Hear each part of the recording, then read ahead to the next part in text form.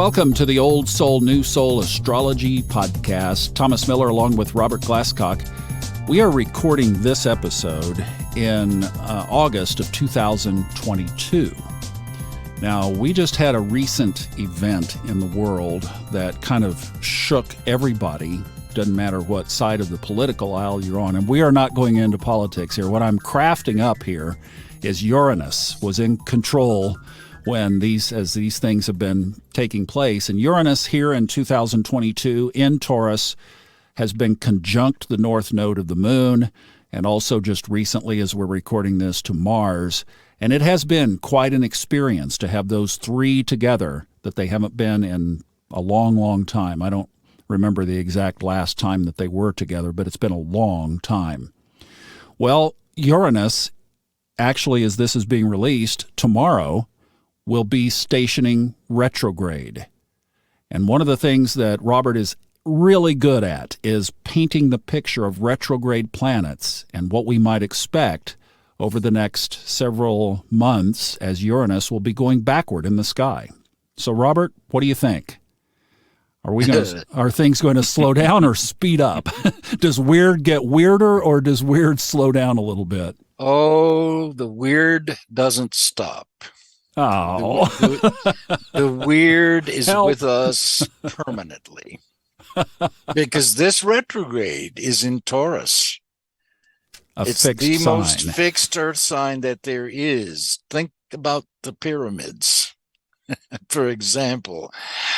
Uranus turning retrograde, any planet turning either direct or retrograde, depends a lot on the sign that it's in, but it's in Taurus now, and this is true for the world. It's also true for nations. It's true for individuals. In the United States chart, for example, Uranus is making this retrograde station in the 6th house of the United States chart. In my chart, it's making its retrograde station in my 5th house. In your chart, it's making, I forgot, what have you got rising? Gemini. So it's in your 12th house. Aha. And didn't you just have a retreat, a group retreat, which groups are ruled by Uranus? And for example, so what happens with the retrograde station is absolutely the unexpected, which is why in astrology you can do your best to try and predict with Uranus, but it will still be something else. It may be along the same lines you thought, but it won't be exactly what you, because it as an archetype, it globally produces events that shake the stability and the structure even of wherever it falls in that particular chart. In the world here, it's in Taurus, which is, of course, the economy. And you notice that as Uranus has gone retrograde, for example, it's stationary now, turns direct on the 24th here. But as it got to the stationary degree of about 18, in which it did last month, you notice that the gasoline prices began to fall again. You notice that Biden's infrastructure bills and so on have been passing. And then we have the unexpected jolt of the FBI seizing evidence from Donald Trump's private home in Mar-a-Lago.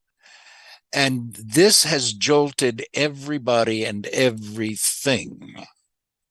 So it's those kinds of explosive developments, especially when Uranus is in a fixed sign like this, because in fixed signs, the pressure, the action, builds up and builds up and builds up, and nothing is releasing it until finally, boom, here comes this major breakthrough or event. It can be an earthquake, for example, and Uranus in Taurus is notorious for producing these things around the world even. But it's a figurative earthquake as much as it is a literal. And so it changes everybody's, the collective's perspective on what they thought they knew. Turns out they didn't. And now they have to deal with what they didn't know and didn't anticipate. This has changed the whole electoral status in this country, as you can see with various Republican and Democratic candidates. So the expectations of the midterms suddenly dramatically changed with that one event. Yes. Well, I was going to say that it stays retrograde until January 22nd, 2023, which will be, just 2 days after the new crop of, I think, aren't they sworn in on the 20th? But right after the new crop of legislators, whoever they will be, are sworn in January. True. Goes all the way through. And it covers those 2 eclipses that we talked about previously as well.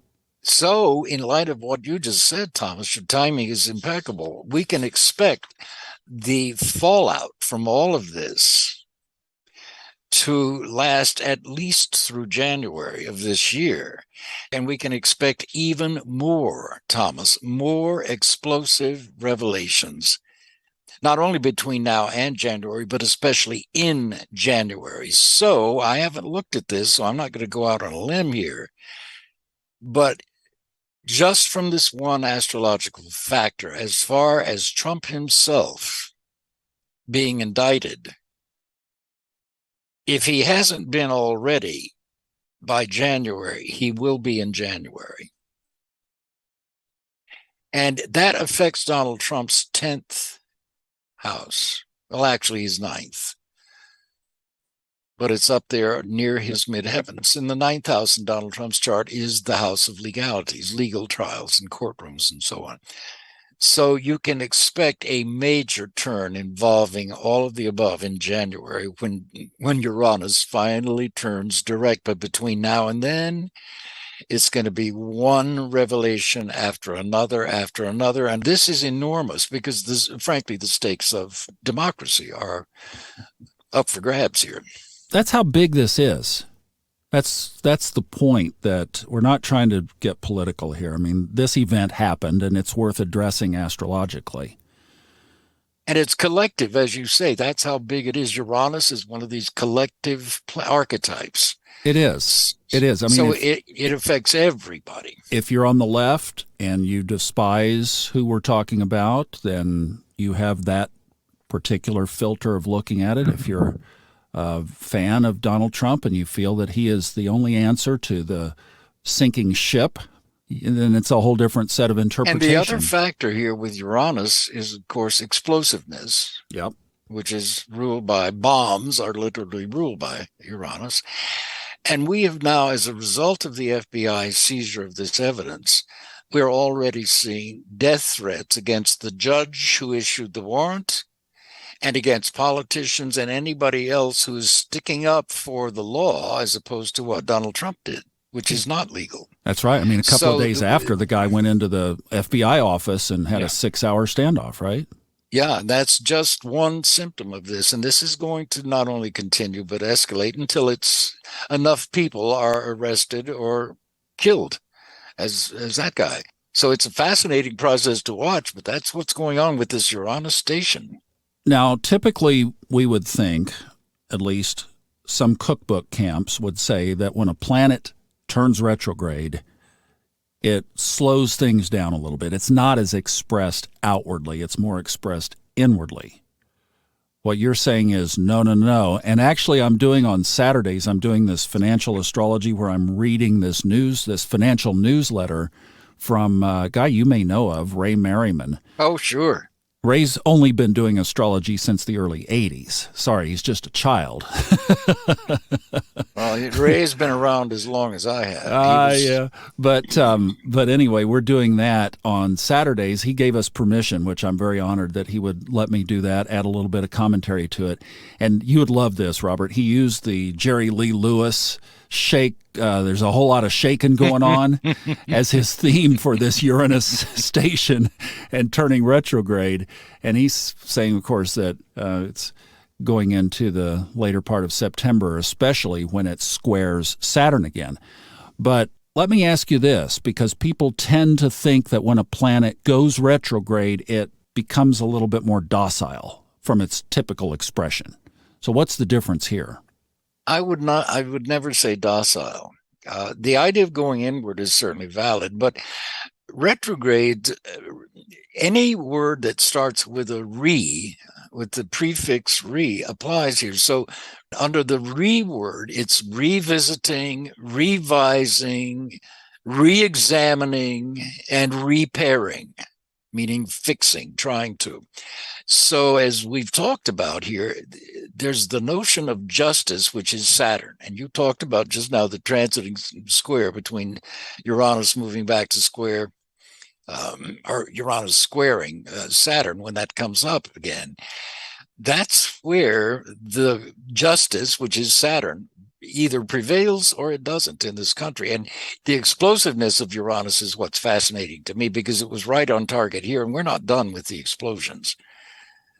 And those will alter everything, just as this one FBI action has altered everything, including the political landscape here. I'm looking for January to see when it turns direct, because the implication of that is now all of these revelations will start moving forward in tangible Taurian ways. So just in summary of Uranus in retrograde here, we're talking about the reassessment, the review, the re-going over between now and January. All right, how would that then correlate? How would the review, the reassessment, do you think, correlate through the fall, where we have the two eclipses and we also have that midterm on November 8th? Well, I think, too, with the idea of retrogrades and rewords, especially with Uranus in Taurus, the sign of the builder, this retrograde period is a period of rebuilding as a result of whatever the explosion was. I mean, in terms of metaphors, for example, if you blow up one half of Beirut, and then the fighting subsides, then you have to rebuild from there, from whatever the damage was. And that's what this period of retrograde Uranus is rebuilding from this explosion that threatens the entire structure of the government, frankly. Yeah. So then, and this is, I'm just trying to even fathom this in my own mind, because the planets get more powerful in their expressions when they slow down to station, to change direction. True. And look, I mean, it's been slowing down when this thing happened in Florida. And then we fast forward 6 months, and it's going to be there again. Revisiting. Holy wow. I can't even wrap my brain around that. Well, the difference this time is, instead of Uranus turning retrograde in this position and making everybody have to rethink and revise their estimates politically and in terms of the midterms and financially in terms of the economy and everything else, when was it, January, when it turns direct? On the 22nd. Yeah. That station in that degree is a long-term movement going forward. So right now, we're having to go inward very deeply, both sides of the political spectrum, and look at themselves and look at their goals and look at their candidates and look at their campaigning and so on, because everything has changed. So now the one coming up in January, the stationary direct, Uranus, and these stations mean exactly that. The planet appears to slow down in one sector of the zodiac. So if it's making an aspect to the natal chart, that influence is felt for that whole long period. It's an unusual focus. It's very much like an eclipse in that way. It says, pay attention. This square, this opposition, this aspect in this sign, in this chart, is in effect stronger than usual. And this time it's going forward, which implies that in January, we'll begin to see the results of all that's happening right now and through the end of the year. Whether that's justice or not remains to be seen. Now, could there be other things in the world besides just this, under the umbrella of this? Of course. You can go to Ukraine. Exactly. You can look at Taiwan. Exactly. On and on. So absolutely it does. Yeah. And then, as you said, earthquakes, unusual volcanoes. Well, here we go with I mean, when you get into earthquakes and natural disasters, we can already see the effects of climate change, which, of course, nobody's addressing. They'd rather be preoccupied with sex and library books and all that, all of which are legitimate concerns. But meanwhile, the Po River in Italy is drying up. The Rhine River in Germany is drying up. You can't take boat cruises anymore. The Western United States is drying up. We're facing an incredible not natural phenomenon here that affects the entire planet. Sea life, marine life. Well, look at how hot this summer was. Yeah, exactly. Hottest on record. Where I used to live in Dallas. I mean, my gosh, I think they got, if they didn't hit 40 days of over 100, they got really close. All right. Uranus moved into Taurus in May of 2018. It exits finally, I believe this is correct date, April of 2026. So we still have more of it left. In fact, it's sitting at what? 14 degrees here when we move this, when it comes out of retrograde, it'll be at 14 degrees. So it's been in here for 4 years. How would we approach this, either if we were an alien and we didn't live anywhere on this planet, or if we lived in, I don't know, Indonesia, or we lived in, somewhere in Africa, or someplace just completely unattached as you could be from Washington, D.C., how would we perceive this? I don't think there is such a place anymore. Well, that's true. I don't think there is. I think Amazon tribesmen have cell phones and televisions, even though they wear loincloths and carry spears. They still have television and cell phones now. So there is no place that's detached. And they got them from Amazon. Funnily enough, there are no coincidences. Hello. That's funny. Oh, Lord. But really, I just, when you say, what is an alien?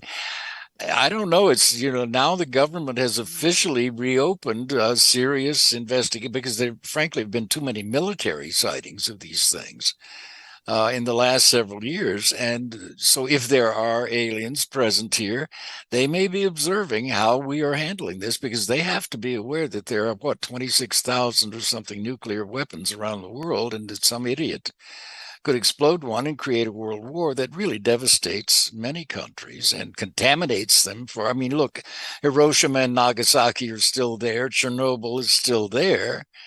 So things survive, but this could get out of hand very quickly. And between all of that man-made stuff plus climate change, partly man-made, we're really on a precipice here of how to go forward as a whole planet. Just simple things like food and shelter and water. Would you have thought? Let's roll back to 2017, and you're making your notes, and in fact, you did the solar art class for Kepler at the end of 2017. As you're looking ahead, and you know that this planet of sudden disruption, sudden surprises, is getting ready to move into Taurus. And we look back on the 84-year cycle. Last time it was in Taurus, we had World War II. We also had the New Deal. We had the restructuring after the Great Depression. Would you have predicted, would you have thought back in 2017, facing Uranus moving into Taurus, that we would be where we are now? Well, with the surprises, the level of surprises? Yeah, to a degree, yes, because in that 2017 webinar, I was already talking then about the potential for civil war in about 6 years. What was the line? You can quote that line. I don't have it memorized, but you said it so well. I basically said the coming spring, I guess it was March of 2019, begins the decline of Donald Trump's power and status. And what happened, steadily we've watched since then, because what I did say was this is the beginning of either the end of Donald Trump or the end of the republic for which we stand. And I also said, I don't see how the Republican Party survives this. And that was in 2017. And just even today, I'm reading 2 articles today about the demise of the Republican Party as a whole. Well, the thing in 2017, you never would have said out loud the things you just said. There was nothing on the radar upcoming of what you just talked about. That's what's amazing here. Hey, let me ask you this. We just had this group trip up here to North Carolina, and we sat and talked about this for one evening. We pulled out some charts, took a look at some things. Everybody was very interested to know what was getting ready to happen, the Sibley chart analysis, this kind of thing. But more so from a standpoint, not so much of the zigs and zags of the planets and the nitty-picky of the astrology, but as much as what should I do in order to be best prepared? So without all the embellishment of everything that could be possible, what would you advise for people broadly? And I think this is such an individual thing because some people are up in the years like you and I are, and that's a whole different perspective than somebody that just had a baby 6 months ago, and it's their third child. Completely different situation.